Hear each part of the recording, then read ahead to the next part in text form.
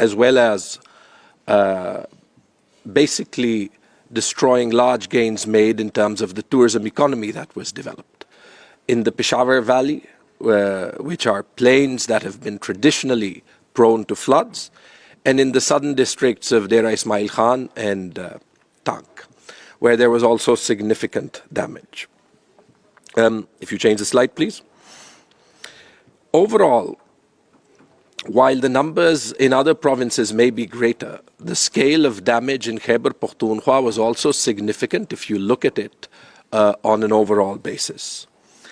1 million people impacted, 100,000 houses damaged or destroyed, 100,000 acres of crops destroyed, 40,000 cattle, and that means 40,000 families and their livelihoods taken away from them, and roughly $737 million of damages. Next slide. What makes me proud is that in Khyber Pakhtunkhwa, what we managed to do differently this time was the quality of response. What I can say is that different layers of government worked, they responded, and what I can also say is that some of the investments made over the last 10 years actually helped to mitigate and reduce the quantum of losses significantly versus very similar floods in 2010 that actually, with water of very, very similar flows, caused much larger scale devastation. I want to take you through a brief journey of some of those investments, which I think can form the blueprint for the sort of collaboration that we ought to have. Next slide. So, for example, a major intervention in the Peshawar Valley of creating a flood protection wall actually saved the 3 districts of the valley from massive damages because they contained water spillover into what is the most densely populated part of the province. Next slide. Similarly, over the last 4 years, our investment in a world-class rescue service, which was only present in a small number of districts in the province, actually paid off manifold in the first 2 days of the actual water inundating people's homes. Expanding this service from 10 districts to all 35 districts with a quality of manpower that is second to none meant that our rescue services could actually get to and save 70,000 people through a proactive response on the day. Next slide. The 10 years of governance and the governance standards that we've set, actually, and I saw this firsthand visiting different districts of the Peshawar Valley, helped to create conditions for a proactive response that were better than have ever been seen before in the province. And there are many heroes that were produced. What you see on screen is a picture of Kuratullah and Wazir, an additional district commissioner in the Nowshera district, and the sort of unlikely figure that emerged in Khyber Pakhtunkhwa, where women in administrative positions also became heroes of the flood response. Beyond this, the fact that this is perhaps the one province that has a functional local government system in place, and that local government system actually consists of something like 4,000 village governments at the community level, meant that those village governments and the village nazims actually became the fulcrums, the focal point for response in terms of coordinating the relief and rehabilitation effort at the district level. Next slide. Next slide.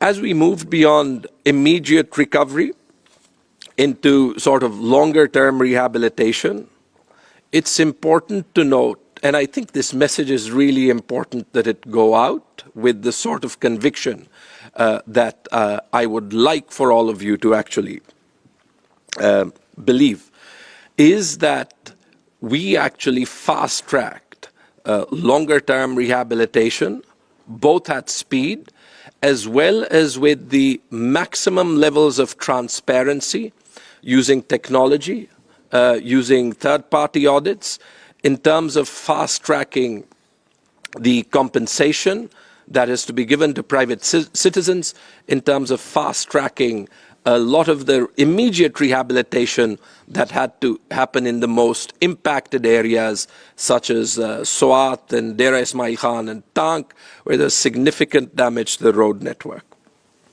Next.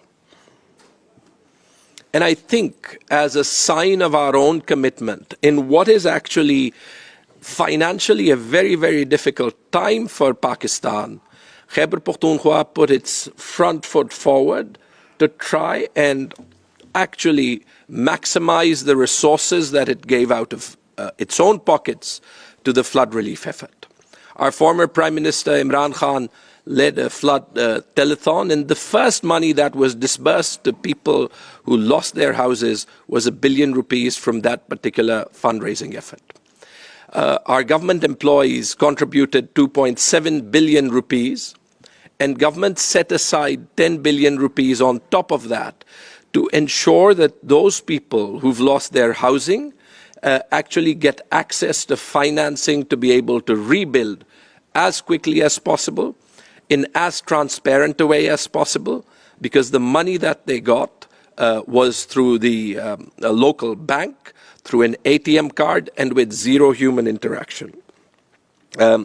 Beyond this, and I'm sure other provinces did this as well, we almost froze development expenditure to be able to repackage and repurpose and prioritize funding for flood relief before anything else, and also diverted other development expenditure in the road sector, in the health and education sector, to actually first cover for damaged infrastructure before actually going on with the normal development program of the province. Next slide.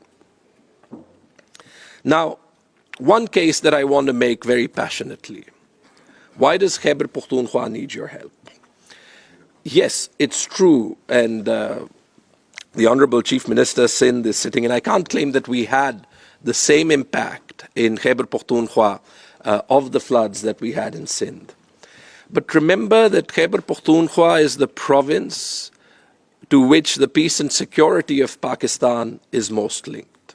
Remember that we actually have a responsibility that we try our best to actually fulfill, the best of our ability, of mainstreaming the former tribal districts of ex-FATA that perhaps are critical in terms of bringing them into the economic net of the country, to be able to actually give some of the most troubled areas of Pakistan a foundation of economic progress that can actually contribute to the longer-term peace and security of Pakistan.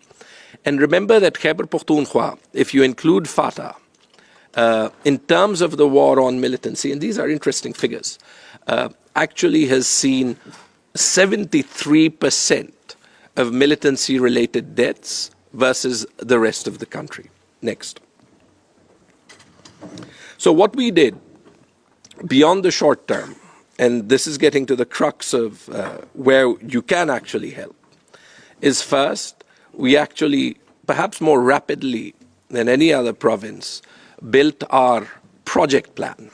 $544 million, 1,500 kilometers of roads, something like 1,800 education facilities, and other details that you see here. The irrigation network, the health and education network, the water supply schemes. All of these are available in the Khyber Pakhtunkhwa flood response booklet that is both available outside as well as online, so that individual countries and donors can help engage post this flood effort into where they can contribute. And beyond this, next slide, are the citizen losses of 193 million, large chunks of which, such as the housing damage compensation, we are covering ourselves. But in terms of being able to build more resilient agriculture, a more resilient livestock sector, it is important that here we also collaborate and partner with international partners. And there are many ways. The World Bank, for example, has already helped in terms of raising and allowing those with subsistence agriculture as a means of living from being able to regain their livelihoods. Next. So in a nutshell, if you actually look at the figures, and we've figured out these pragmatically, $480 million is the funding gap of a total outlay of something like $900 million. If you include a resilient infrastructure fund that we want to be able to position as the next investment in the province, that actually helps us continue this journey of building better institutions that can cope with crisis in a better way, because we are actually very encouraged by the impact that the investments that we have made has brought. So, last slide. If you actually reflect on the message I'm giving, yes, relative to Sindh and Balochistan, the quantum of damage is smaller. But in terms of the significance of the damage and the construct of Pakistan's financial system in the provinces, the needs of each province are acute. And I hope that as you help us and as we embark on a partnership, that we can actually help you set standards for the way that development assistance should work, that can set an example both in Pakistan as well as across the international development community. Thank you very much for your attention. Thank you. Thank the Minister for Finance and Health from Khyber Pakhtunkhwa. I must